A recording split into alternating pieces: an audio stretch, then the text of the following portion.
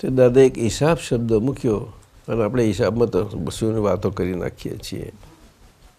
દાદાનો એક એક શબ્દ અંદરથી સમજવા માટે છે અને આપણે વાણી પર એનો વ્યવહારથી કરવા ચાલ્યા કરે.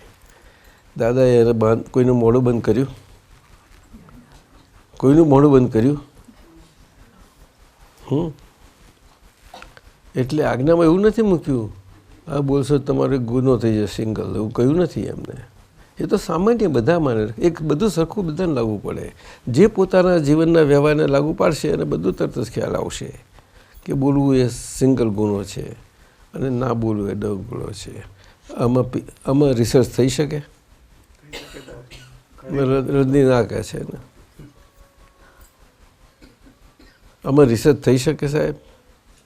વાક્ય બહુ સાદું છે ને એમાં શું રિસર્ચ કરવાનું? બોલવું એ સિંગલ ગુનો, ના બોલવું એ ડબલ ગુનો છે.